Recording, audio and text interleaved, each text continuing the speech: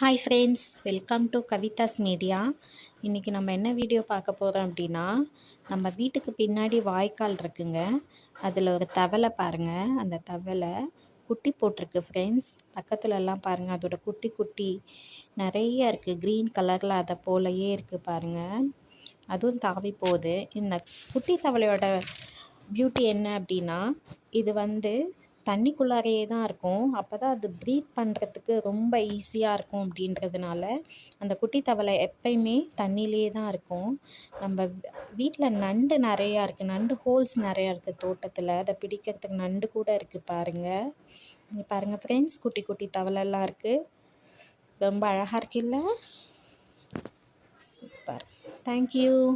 இந்த வீடியோ பிடிச்சிருந்தா லைக் பண்ணுங்கள், ஷேர் பண்ணுங்கள், மறக்காமல் சப்ஸ்கிரைப் பண்ணுங்கள். இதே மாதிரி வீடியோஸ் உங்களுக்கு வரும்.